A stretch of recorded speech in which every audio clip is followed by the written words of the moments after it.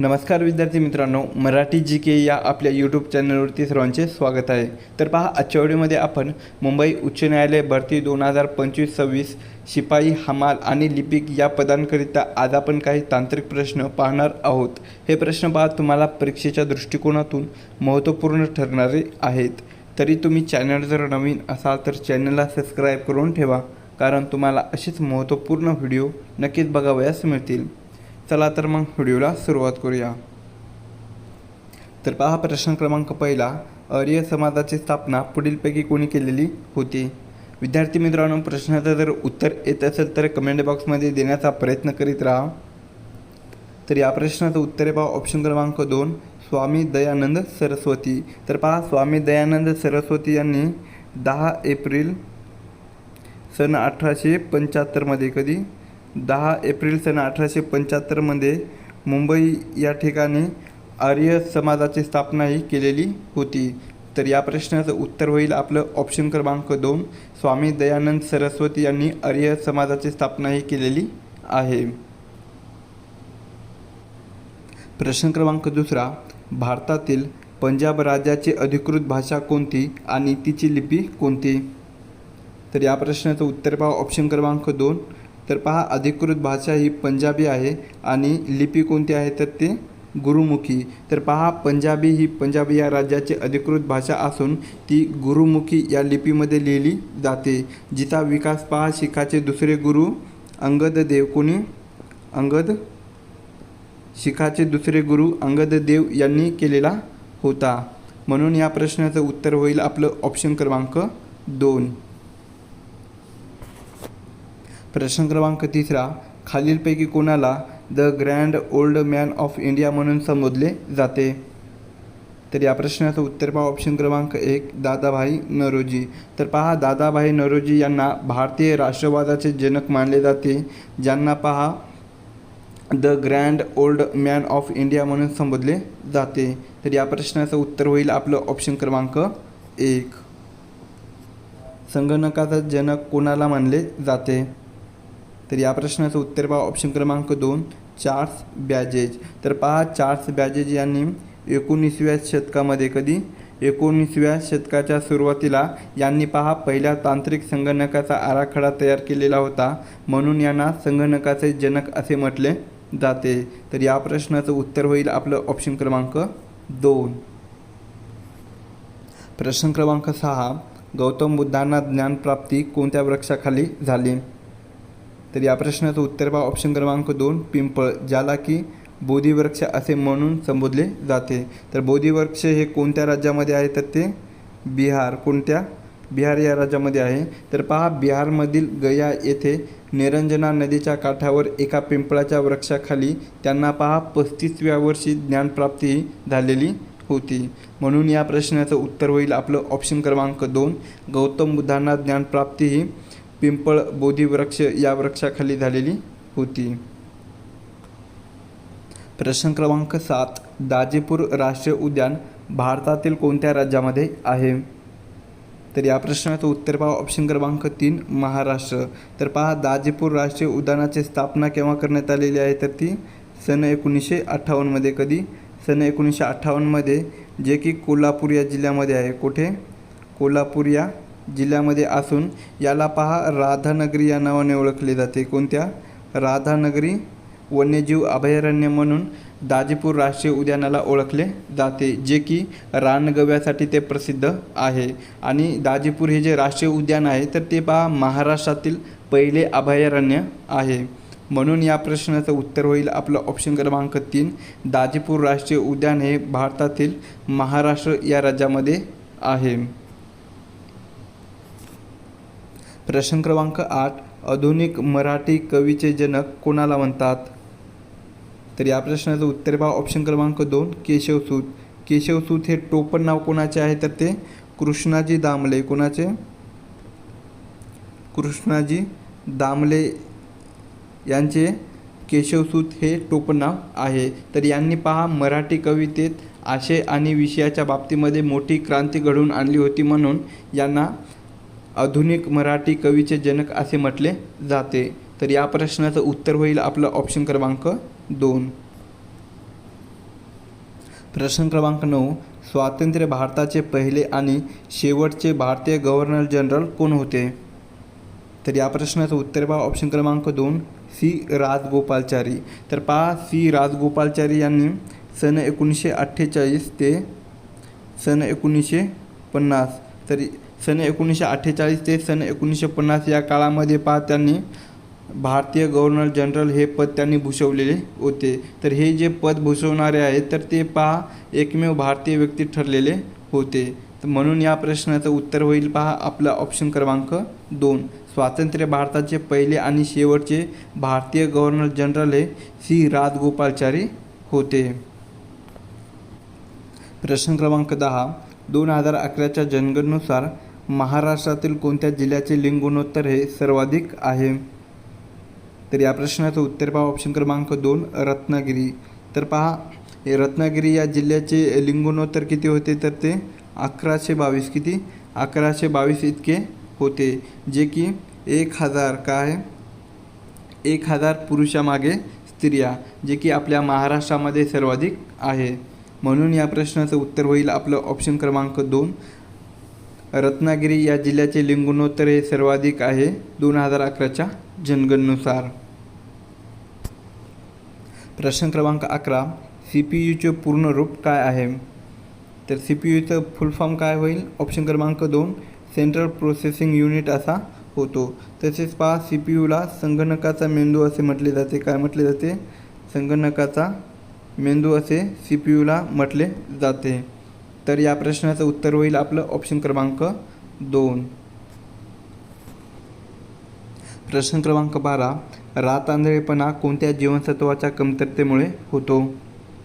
तर या प्रश्नाचं उत्तर पहा ऑप्शन क्रमांक 2 जीवनसत्व अ. तर पहा या हे जे जीवनसत्व आहे तर ते पहा डोळ्याच्या आरोग्यासाठी महत्त्वाचे असते. याच्या अभावामुळे अंधारात किंवा कमी प्रकाशात स्पष्ट दिसत नाही. म्हणून या प्रश्नाचं उत्तर होईल आपला ऑप्शन क्रमांक 2 रातआंधळेपणा या जीवनसत्वाच्या कमतरतेमुळे होतो.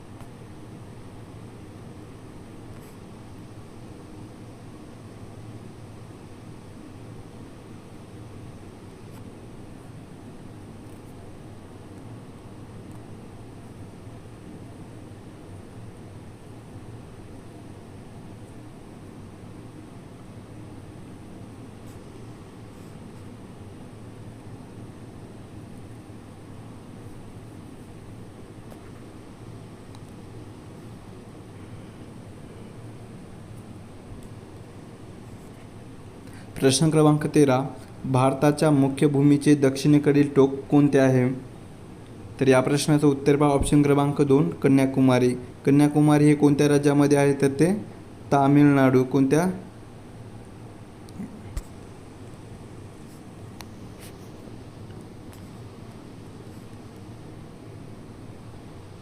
प्रश्न क्रमांक 13. भारताच्या मुख्य भूमीचे दक्षिणेकडील टोक कोणते आहे? तर या प्रश्नाचं उत्तर पहा ऑप्शन क्रमांक 2 कन्याकुमारी. कन्याकुमारी हे कोणत्या राज्यामध्ये आहे? तर ते तामिळनाडू. कुठे? तामिळनाडू या राज्यामध्ये असून पहा हे भारताच्या मुख्य दक्षिणेकडील टोक आहे. तर इंदिरा पॉईंट हे पहा भारताचे टोक आहे. काय? भारताचे टोक आहे इंदिरा पॉईंट.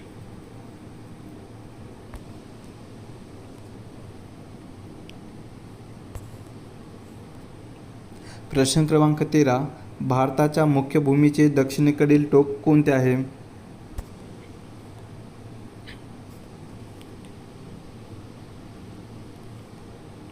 प्रश्न क्रमांक 13. भारताच्या मुख्य भूमीचे दक्षिणेकडील टोक कोणते आहे? तर या प्रश्नाचं उत्तर पहा ऑप्शन क्रमांक 2 कन्याकुमारी. कन्याकुमारी कोणत्या राज्यामध्ये आहे? तर ते तामिळनाडू. कुठे? तामिळनाडू या राज्यामध्ये असून पहा ते भारताच्या मुख्य भूमीचे दक्षिणेकडील टोक आहे. तर इंदिरा पॉईंट हे पहा भारताचे टोक आहे. काय? भारताचे टोक आहे इंदिरा पॉईंट. तर या प्रश्नाचं उत्तर होईल आपलं ऑप्शन क्रमांक 2.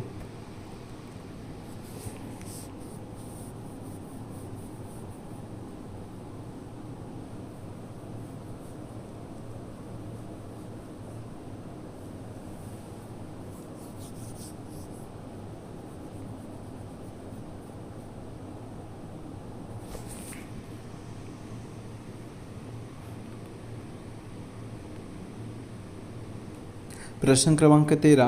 भारताच्या मुख्य भूमीचे दक्षिणेकडील टोक कोणते आहे?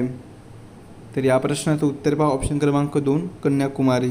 तर कन्याकुमारी हे कोणत्या राज्यामध्ये आहे? तर ते तामिळनाडू. कुठे? तामिळनाडू या राज्यामध्ये असून पहा ते भारताच्या मुख्य भूमीचे दक्षिणेकडील टोक आहे. तर इंदिरा पॉईंट हे पहा संपूर्ण भारताचे टोक आहे. इंदिरा पॉईंट हे संपूर्ण भारताचे टोक आहे. तर या प्रश्नाचं उत्तर होईल आपलं ऑप्शन क्रमांक 2. प्रश्न क्रमांक 14. गौतम बुद्धाचे बालपणीचे नाव काय होते? तर या प्रश्नाचं उत्तर पहा ऑप्शन क्रमांक 2 सिद्धार्थ गौतम. तर गौतम बुद्धाचा जन्म कुठे झालेला आहे? तर ते लुंबिनी. कुठे? लुंबिनी, जे की नेपाळ या देशामध्ये आहे. कुठे? नेपाळ या देशामध्ये आहे. तर या प्रश्नाचं उत्तर होईल आपलं ऑप्शन क्रमांक 2 गौतम बुद्धाचे बालपणीचे नाव हे सिद्धार्थ होते. प्रश्न क्रमांक 15. इन्सुलिनचा वापर मुख्यत्वे कोणत्या आजारावर उपचारासाठी केला जातो? तर या प्रश्नाचं उत्तर पहा ऑप्शन क्रमांक 2 मधुमेह. तर पहा इन्सुलिनचा वापर हा मुख्यत्वे मधुमेह या आजारावर उपचारासाठी केला जातो. या प्रश्नाचं उत्तर होईल आपलं ऑप्शन क्रमांक 2. प्रश्न क्रमांक 16. 2011च्या जनगणनेनुसार भारताचे लिंग गुणोत्तर किती होते? तर या प्रश्नाचं उत्तर पहा ऑप्शन क्रमांक 4 943. म्हणजेच 1000 पुरुषाच्या मागे 943 स्त्रियाची संख्या. तर या प्रश्नाचं उत्तर होईल आपलं ऑप्शन क्रमांक 4. 2011च्या जनगणनेनुसार भारताचे लिंग गुणोत्तर हे 943 इतके होते. प्रश्न क्रमांक 17. इन्क्लाब जिंदाबाद या घोषणेला लोकप्रिय करणारे नेते कोण होते?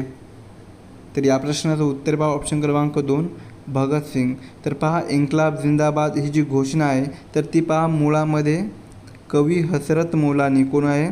कवी हसरत मौलानी यांनी कवी हसरत मौलानी यांनी पहा इन्क्लाब जिंदाबाद ही घोषणा लिहिली होती आणि भगतसिंग यांनी पहा इन्क्लाब जिंदाबाद ही घोषणा लोकप्रिय केलेली होती. म्हणून या प्रश्नाचं उत्तर होईल आपलं ऑप्शन क्रमांक 2.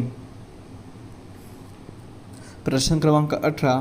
भारतात सर्वात प्रथम सूर्योदय कोणत्या राज्यामध्ये होते?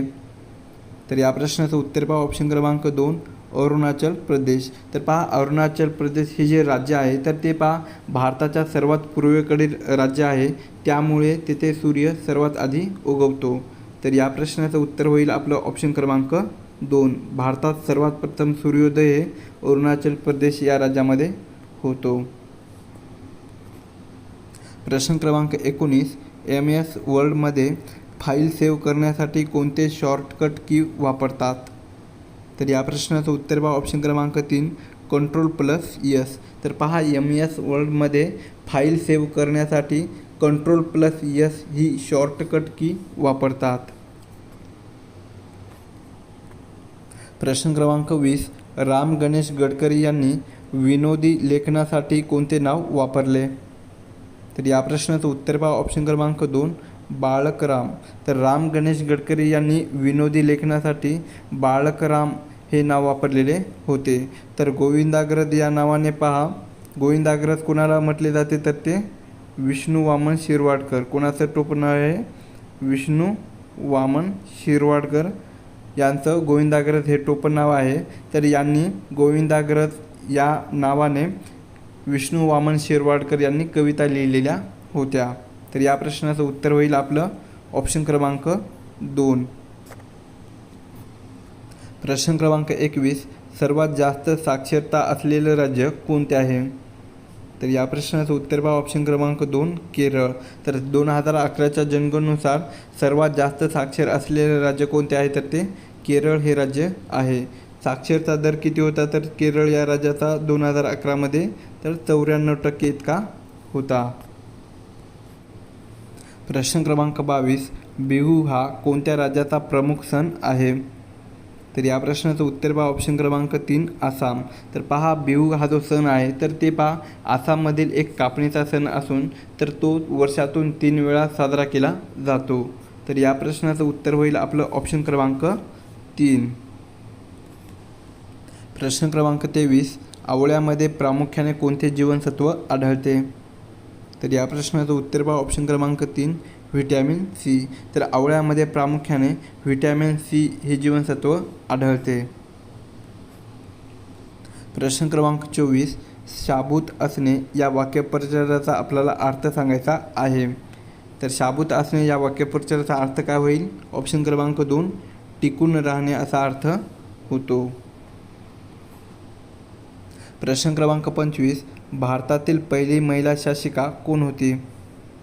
तर या प्रश्नाचं उत्तर पहा ऑप्शन क्रमांक 2 रजिया सुलतान. तर रजिया सुलतानने पहा 1236 ते 1240 या काळामध्ये तिने भारतावर राज्य केलेले होते. तर या प्रश्नाचं उत्तर होईल आपलं ऑप्शन क्रमांक 2 भारतातील पहिली महिला शासिका या रजिया सुलतान होती.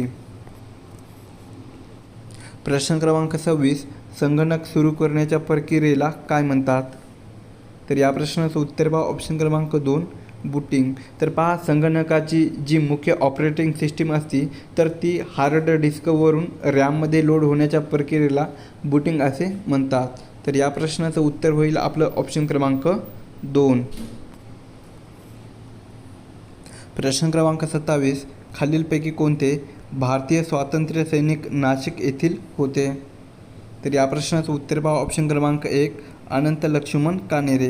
तर पहा अनंत लक्ष्मण कानेरे हे जे होते तर ते पहा अभिनव भारत या संघटनेचे ते सदस्य होते. तर अनंत लक्ष्मण कानेरे यांनी पहा नाशिकचा जो कलेक्टर होता कोण होता?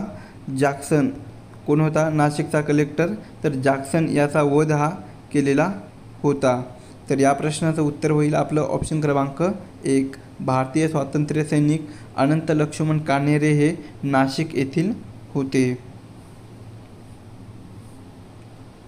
प्रश्न क्रमांक 28 भारतीय राज्यघटनेमधून संपत्तीचा अधिकार मूलभूत अधिकाराच्या यादीमधून कधी हटवण्यात आला? तर या प्रश्नाचं उत्तर पहा ऑप्शन क्रमांक 3 सन 1978. तर भारतीय राज्यघटनेमधून संपत्तीचा अधिकार मूलभूत अधिकाराच्या यादीमधून पहा सन 1978मध्ये कधी? सन 1978मध्ये हटवण्यात आलेला होता. प्रश्न क्रमांक 29 गिद्धा आणि भांगडा हे कोणत्या भारतीय राज्यातील लोकनृत्य आहे? तर या प्रश्नाचं उत्तर पहा ऑप्शन क्रमांक 2 पंजाब. तर पहा गिद्धा हे जे नृत्य आहे तर ते पहा स्त्रियांसाठी होते. कोणासाठी? स्त्रियांसाठी गिद्धा हे नृत्य होते. आणि भांगडा हे जे नृत्य आहे तर ते पहा पुरुषासाठी भांगडा हे नृत्य आहे. प्रश्न क्रमांक 30 जालियनवाला बाग हत्याकांड कधी व कोणत्या ठिकाणी घडले? तर या प्रश्नाचं उत्तर पहा ऑप्शन क्रमांक 2 सन 1919 अमृतसर या ठिकाणी. तर जालियनवाला बाग हत्याकांड हे पहा 14 एप्रिल 1919 अमृतसर या ठिकाणी घडलेले होते.